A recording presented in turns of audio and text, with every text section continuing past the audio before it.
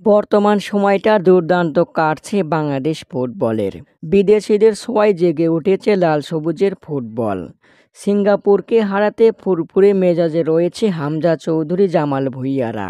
আগামীকাল মঙ্গলবার সন্ধ্যা ৭টায় ঢাকার ন্যাশনাল স্টেডিয়ামে সিঙ্গাপুরের বিপক্ষে মাঠে নামবে বাংলাদেশ। এই ম্যাচকে ঘিরে দেশের ফুটবল প্রেমীদের বেড়েছে ব্যাপক উন্মাদনা। সিঙ্গাপুরের বিপক্ষে অভিষেক হচ্ছে সমিত সোমের। হামজা চৌধুরী, ফাহমিদুল ইসলাম, জামাল ভুঁইয়াদের নিয়ে শক্তিশালী একাদশ সাজিয়েছে হেড কোচ হাভিয়ের কাবরেরা।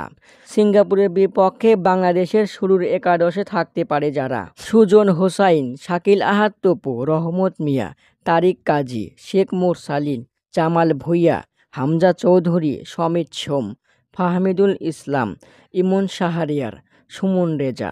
দু দলের হাড্ডাহাড্ডি লড়াইয়ে শেষ হাসিটা হাসবে হামজারা, জিতবে বাংলাদেশ।